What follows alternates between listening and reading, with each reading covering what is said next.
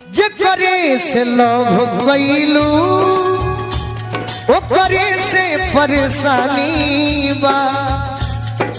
जकरे से लोभ कैलू ओकरे से परेशानी बा। इस सनमी करम तहरो लागे खानदानी बा। इस सनमी करम तहरो लागे खानदानी बा। एक और अंतरा भी आज सुना दी। आज तो सदा के पीछे पागल बड़ू, सदा के पीछे पागल बड़ू। आज तो सदा के पीछे लागल बड़ू। आज तो सदा